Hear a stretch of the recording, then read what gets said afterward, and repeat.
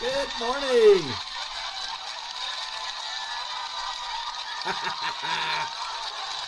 You guys, welcome. It's Monday, September 29th, 2025. Believe it or not, today is National Coffee Day. What? It's National Coffee Day. You're watching Coffee with Malcolm. Or you're watching this later, which is just fine. But hey, National Coffee Day. So coffee from around the world goes into people's cups for them to enjoy. There you go. National Coffee Day. People get their coffee in all different ways. Espressos, drip, instant, pour over. All these different random things that they do to make coffee in their own cup. But it is National Coffee Day, so celebrate it by having 1, 2, maybe even 3 cups of coffee if you're living on the edge. I drink coffee all day long. Hey, Random, good morning to you, sir. Good evening for him in Australia. How has our Monday played out so far? It's just starting here. Going to be some light drizzle outside. Let's look what the temperature is. 65. Going to get up to 75 today. It's going to be nice outside. Actual fall weather where you can kind of be outside and not sweat. So that's good. He's currently painting a bedroom. The joys of painting. I painted this wall behind me, and I did not paint the other walls in this room. That's how much I hate. I got the one wall for the show, and that's it. And I've got a white spot on the wall over there I got to fix. But other than that, that's it. I painted the one wall. But, hey, Mel, how's it going? Thanks for joining us this morning. It's National Coffee Day. I can't say it enough. National Coffee Day. National Coffee Day. It's amazing. I do have my little printout here. Oh, let's see here. Let's go. All right. Drink your coffee however you like to drink your coffee. Just enjoy it. And then spread the word. Let people know. It's National Coffee Day. Did you know? Painting. Painting is not fun. I do a decent job. I've painted rooms. Painted other little projects that I put together and things like that. It's just messy. And if you get a drip or something like that, it just totally screws up everything. So, and there's a lot of prep work and cleanup afterwards. It's not fun. You paint well, just hate doing it. And some people are professional painters, and they go around from house to house and business to business. That's all they do all day, every day. Now, they got fancy equipment, sprayers and things like that, make the job 10 times easier. You know, and you and I are just using a roller or something like that.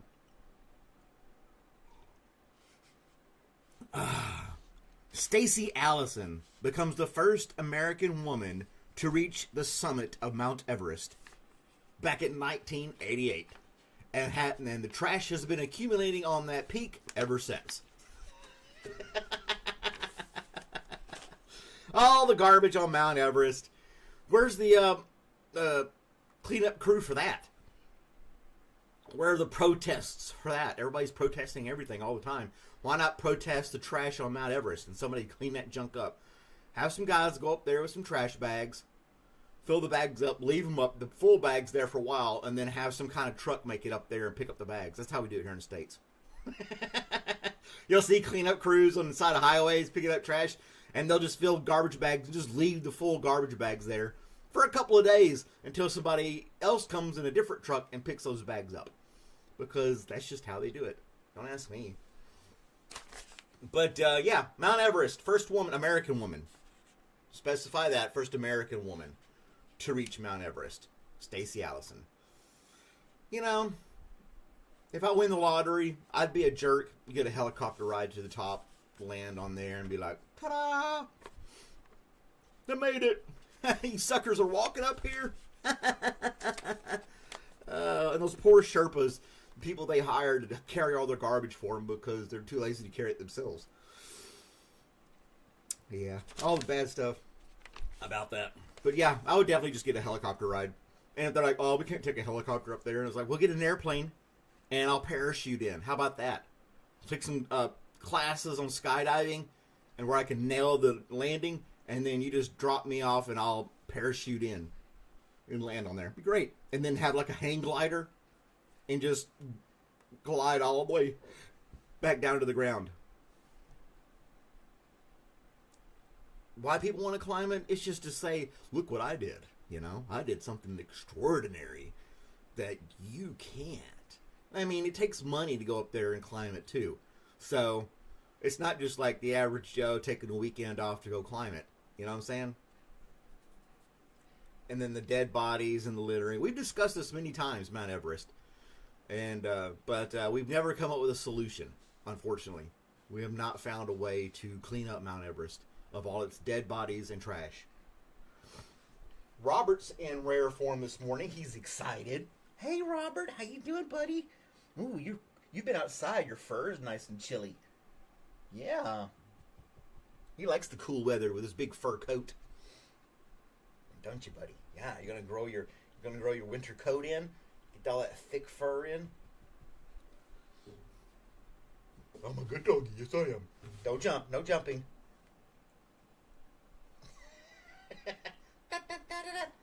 He's just being a silly dog. I'm having to hold him up with my arm.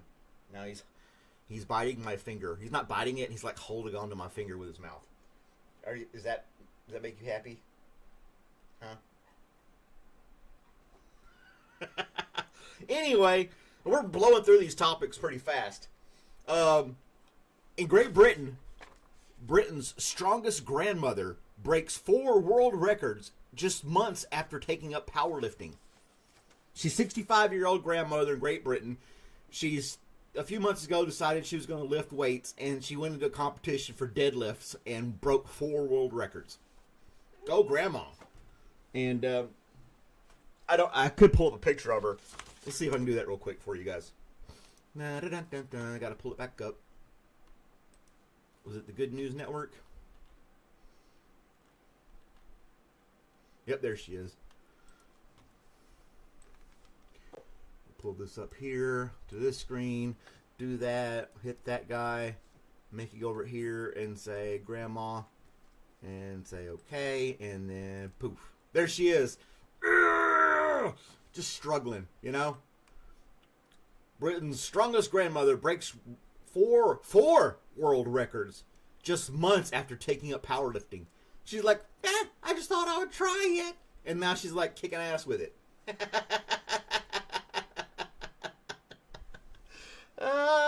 She's struggling to lift that weight. What's it like? It says 25 kilograms. I don't know what that is in pounds because I'm just an American. But there she is. And they got these straps to catch the weights in case she fumbles or something like that. She's got a spotter back there. But 65 years old and she broke 4 world records. Not too shabby. Not too shabby indeed. Uh-oh, my microphone's a little quiet, somebody said. Okay, well, I apologize. I hope that's a little bit better. But yeah, Grandma, what's her name? I didn't catch her name.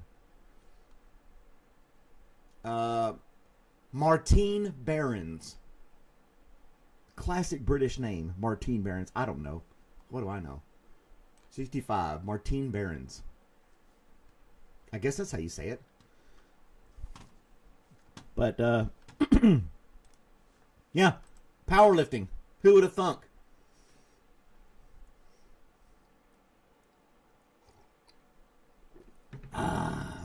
Man, that coffee's good this morning. I think it's good because it's National Coffee Day. Kind of play hand in hand. Dr. Loban Shots said something about microphone being a little quiet, but it's not. Where are you from? What's your location in this world? You don't have to give me your street address. Just a major city you're by or something like that. Or in. We like to see people from all over the world joining us. Where's Ramesh and all these other deadbeats that aren't in here chatting with us this morning?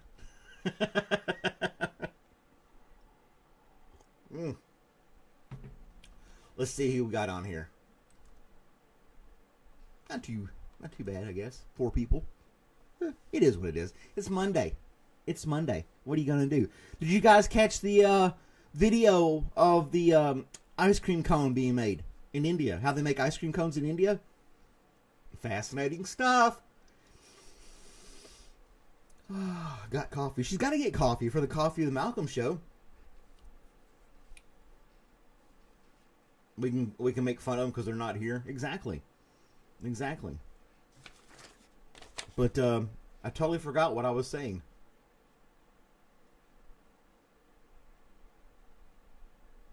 Completely lost. Yeah, lost everything I was saying. Ice cream cones. Oh yeah. And he had it on a mat, and he had his big toe holding the bag so he could stuff the ice cream cones in the bag. Yeah, yummy stuff there, huh? I identify as a coffee drinker.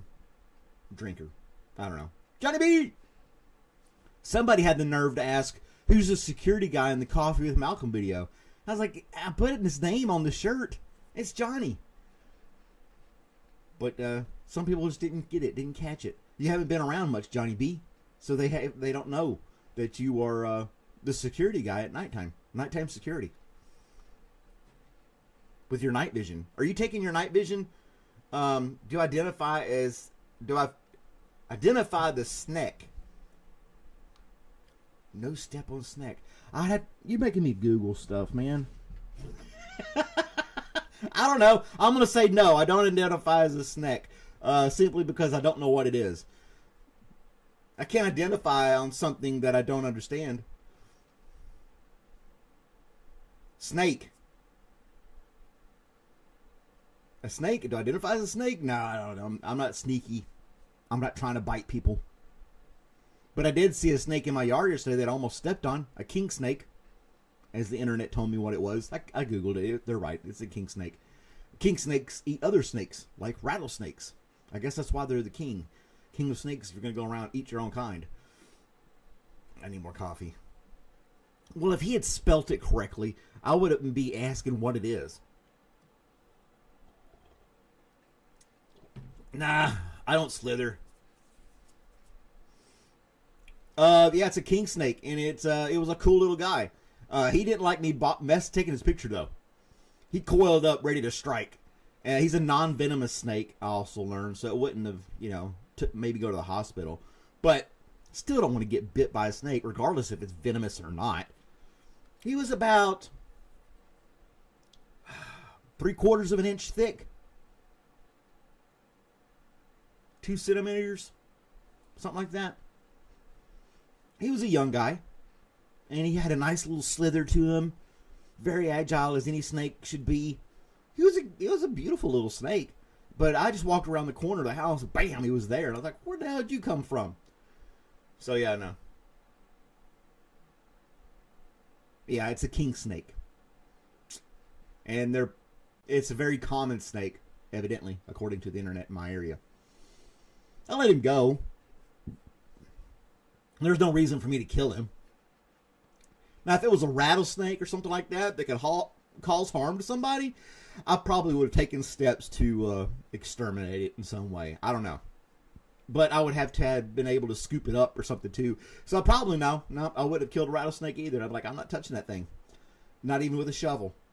Too far away. All the snakes are venomous.